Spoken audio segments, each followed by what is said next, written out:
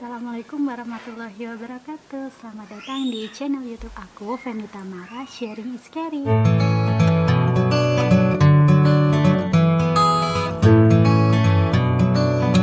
Jangan lupa subscribe, like, comment, and share ya. Kali ini aku mau ngebahas tentang kehamilan kosong atau sering juga disebut dengan bleeding ovum atau BO.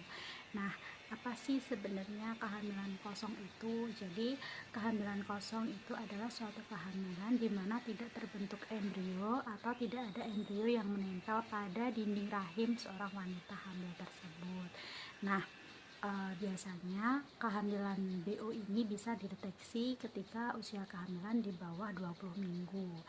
Nah, normalnya ketika seorang wanita mengalami kehamilan itu akan terlihat embrio yang menempel pada dinding rahim ketika usia kehamilan tersebut sekitar 4-5 minggu. Nah, dalam kasus bleeding ovum ini hingga akhir trimester pertama tidak terdeteksi adanya embrio yang menempel pada dinding rahim seorang wanita hamil tersebut. Nah, apa sih tanda-tandanya kehamilan BO itu? Sebenarnya kehamilan BO itu tidak mempunyai ciri-ciri yang spesifik dengan kehamilan normal. Jadi ciri-cirinya sama persis nih teman-teman dengan kehamilan normal, dimulai dari tes pack yang menunjukkan hasil yang positif, kemudian ibu hamil mengalami mual dan muntah, pusing, lemas. Nah, dan masih banyak kesamaan yang lain antara kehamilan BO dan kehamilan normal. Nah, kapan sih mulai terlihat kehamilan itu kehamilan normalkah atau kehamilan BO-kah? Nah, itu bisa kita lihat di awal-awal pemeriksaan USG.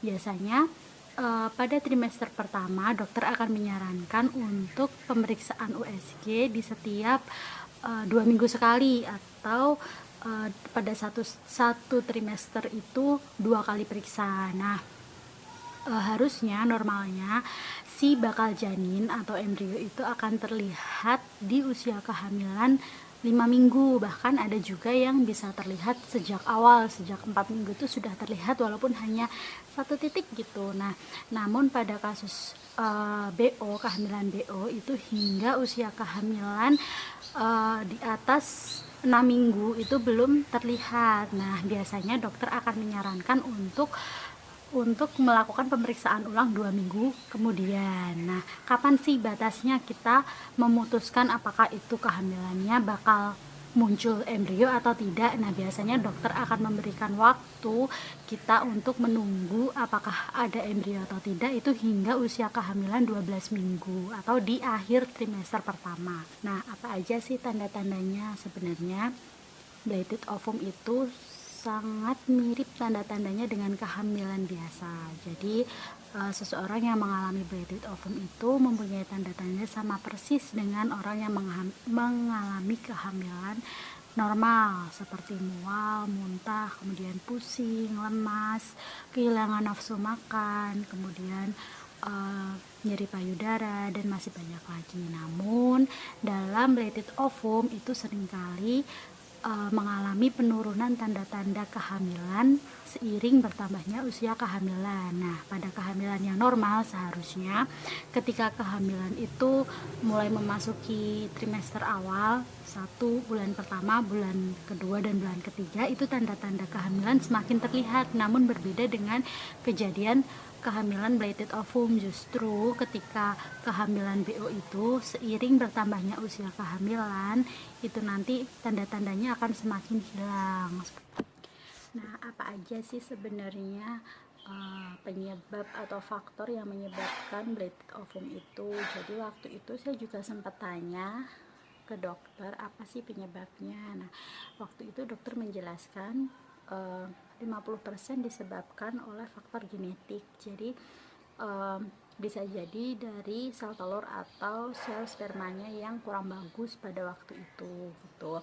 Bisa juga karena adanya infeksi virus, biasanya infeksi virus toksoplasmosis. Nah, makanya setelah kuretase itu dokter menyarankan untuk pemeriksaan lab. Nah, karena bisa terdeteksi nanti apakah pernah mengalami infeksi virus atau mungkin sedang mengalami infeksi virus tersebut. Nah, seperti itu teman-teman. Jadi banyak sekali faktor, dan bukan berarti orang yang pernah mengalami bleeding ovum itu tidak bisa mengalami kehamilan normal. Jadi peluangnya masih sangat besar nih. Justru ketika setelah mengalami proses kuretase, biasanya langsung wanita tersebut mengalami masa subur. Nah, jadi nggak perlu khawatir buat teman-teman yang sudah pernah mengalami bleeding ovum, itu kita masih bisa mempunyai peluang untuk kehamilan normal.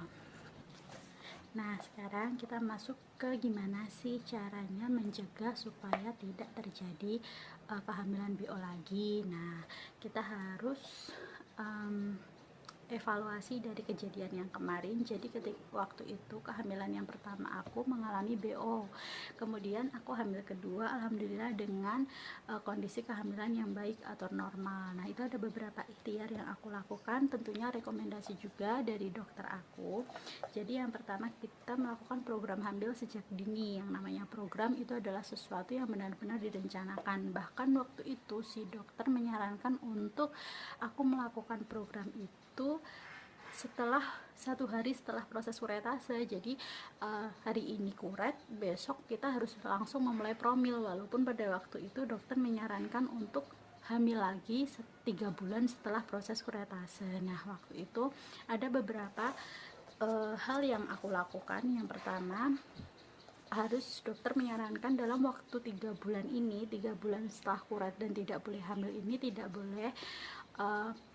boleh mengalami kenaikan berat badan yang signifikan. Jadi harus mengatur berat badan, karena itu juga berpengaruh ya. Ada banyak kasus di mana adanya sumbatan lemak juga, jadi mempengaruhi untuk proses fertilisasi kayak gitu. Jadi dokter menyarankan untuk kontrol berat badan dengan olahraga, kemudian makan makanan yang bergizi. Jadi makanan yang tinggi protein. Nah, bisa juga dibantu misalkan teman-teman kesusahan nih cari makanan apa ya yang bergizi dan yang enak. Nah, itu bisa dibantu dengan suplementasi atau vitamin. Nah, nanti bisa minum vitamin dan juga susu. Nah, susu promil banyak sekali ya di pasaran, itu sudah mengandung mikronutrien dan makronutrien. Nah, kemudian juga kita harus memperhatikan kembali nih siklus menstruasi kita setelah kuretase. Nah,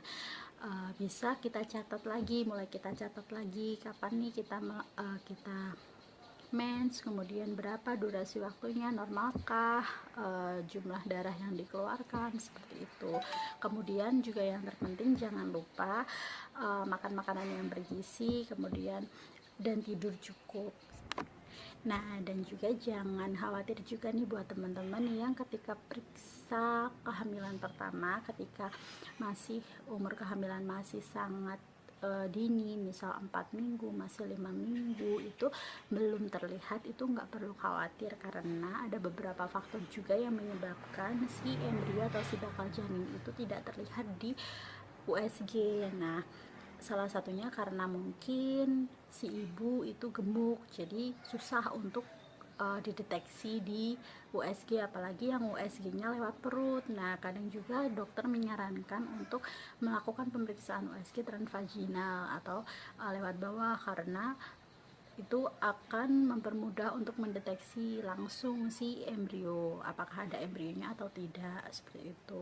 Dan bisa juga salah perhitungan waktu HPHT. Nah, seharusnya nih misalkan lupa siklus menstruasi yang terakhir. Nah, kita kira itu udah umur 5 minggu nih, padahal masih 3 minggu. Nah, seperti itu. Jadi dan masih banyak lagi faktor yang lainnya. Jadi nggak perlu khawatir, ditunggu dulu hingga mungkin usia kehamilannya 12 minggu. Nah, nanti baru deh, nanti pasti akan si tubuh kita itu secara natural akan menolak proses yang tidak normal tersebut dengan cara mengeluarkan sendiri. Nah, kayak gitu.